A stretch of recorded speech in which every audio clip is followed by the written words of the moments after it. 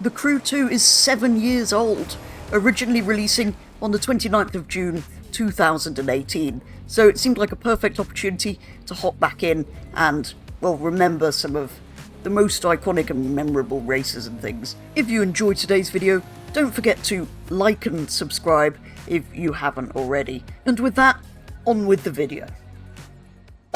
We can only really start with the Strip South Street Race over in Las Vegas, one of the first races that you do in this game, and one of the ones that a lot of people kind of grinded for credits at the beginning. It was a great one to return to, super short and quick, easy way to earn credits, so let's do it in the Vanquish.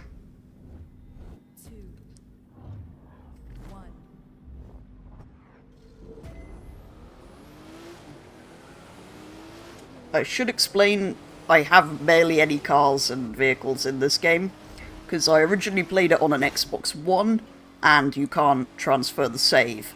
So my full save from the Xbox One got brought forward to the Crew Motorfest, which I now play on PC, because you could import forwards.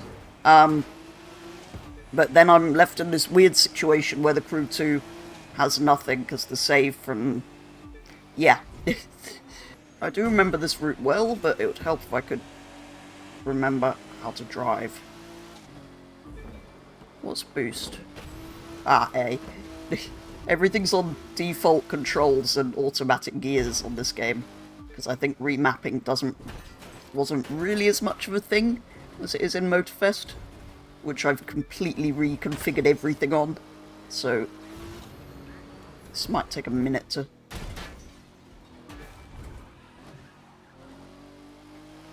So yeah, anyway, basically I've barely completed anything in this version of the game. So at some point I should really go and replay a lot of this.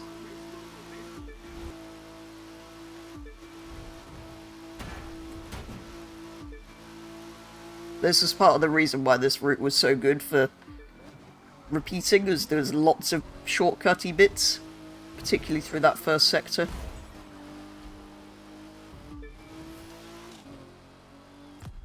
And there we go. Right, well, as I've barely got any progress in this game, I think next I'm going to go and do something completely different and go and do the Key West Powerboat event to try and get through the pro racing a little bit. Plus, there's like no boat events in Motorfest, well, very few. It was kind of... it's much more focused on cars than this game was, so doing something a bit different is probably a good idea. It took years before they built something you could drive on. Absolutely fascinating. Hero? Yeah. I did know that.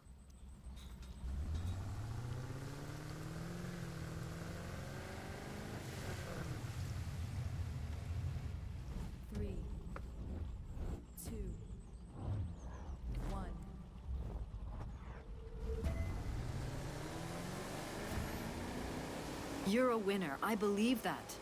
Now prove me right. Oh god, the characters and voices, I forgot how irritating they were. This is why I think I have them turned off in Motorfest.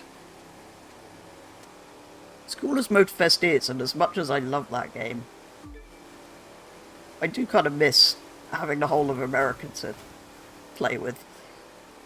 All the different cities and stuff. It is just a more... well, bigger and more complete map, I think. Motorfest has, of course, expanded with Maui now, but still. Significantly smaller than this.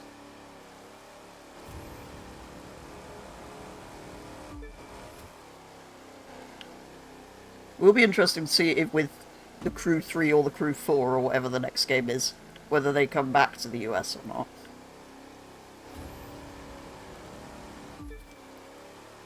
I'm not sure they can really get away with doing 3 games with essentially the same map.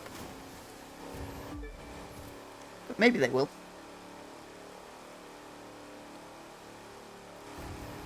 And across the line. Well, we've done cars and we've done boats, I suppose. I should go and do something in an aeroplane. Right. Here we are then. Planes. The vehicle I'm probably worst at driving, or piloting, flying, in the Crew. 3, 2, 1.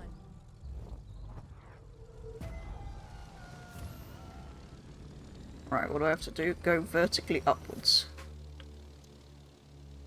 Oh no, I need to do... Oh yeah.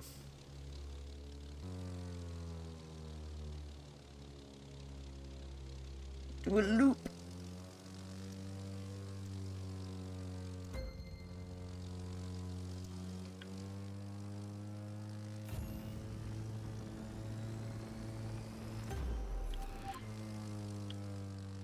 Oh. That was relatively easy. Oh, low altitude, okay. Oh, that's trees. That's trees. Where's the water gone? It's probably the easiest place to do.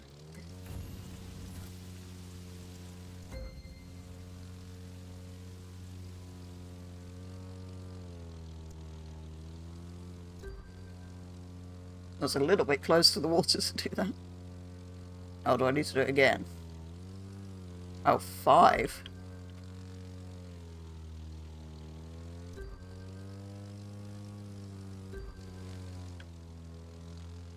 One more.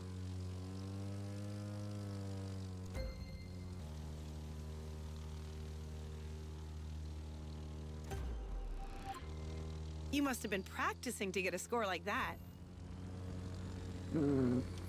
Not really, I just sort of did what you told me to. Okay, maybe these early aerobatic events were easier than I remember.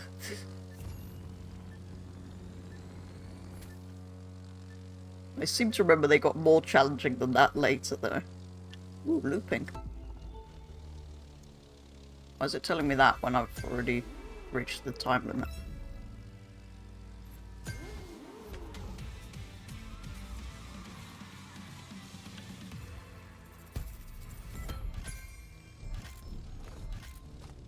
Oh no, oh no, oh wow! How did I... Oh! The other thing this game has that Motorfest doesn't is, of course, the apartment. It was quite basic, they were all the same. Well, there was 2. It kind of felt like they were planning to add more, maybe, because buildings the same as this were spotted basically in every city, I think. But anyway, there was one in base game, and there was one that came with the Ultimate Edition, or whatever the equivalent of that was. But it was kind of cool, it was like this warehousey building. So you had all your favourite vehicles on the top floor, which was also sort of like the main apartment bit, which kind of upgraded as you went through, so it ended up looking slightly nicer than this. And then there was a floor for each specific vehicle type. Oh, I've not unlocked those yet. I've only got the garage, I've not got the harbour without a U, or the... What do they have for... the hangar or the harbour without a U. Right. Set vehicle... Well, I suppose I should put vehicles in here then. Not that I have many of them, but I do have a purple GTR. A lovely blue Aston Martin.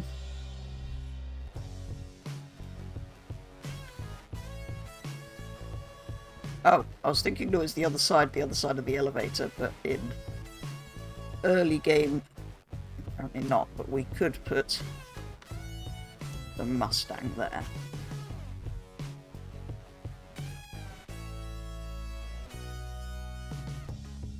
Very cool.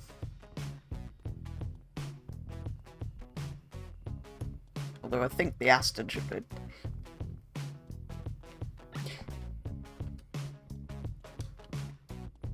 How do you change it?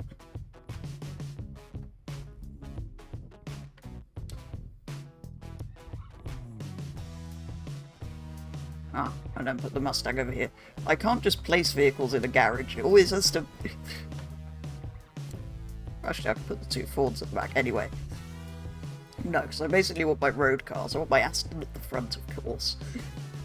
And I've got my Skyline and my Mustang at the back. It's kind of cool. We've got the GT, the Japanese, not JDM, it's not a domestic market car, and a Mustang.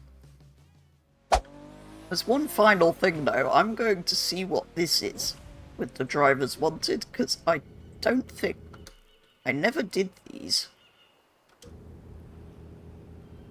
Oh. Private courier mission. What, I've just got to... Is there a time limit? No, I've just got to deliver a dodgy package. It's like Test Drive Unlimited missions.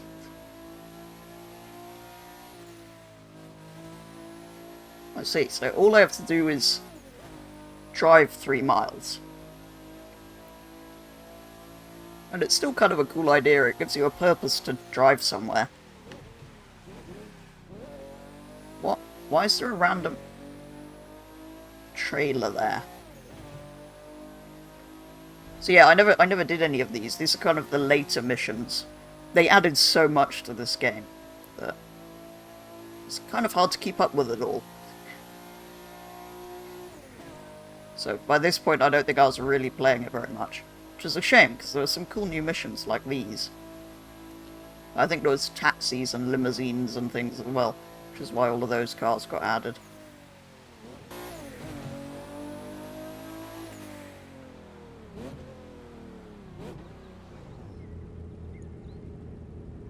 But that's that, I think.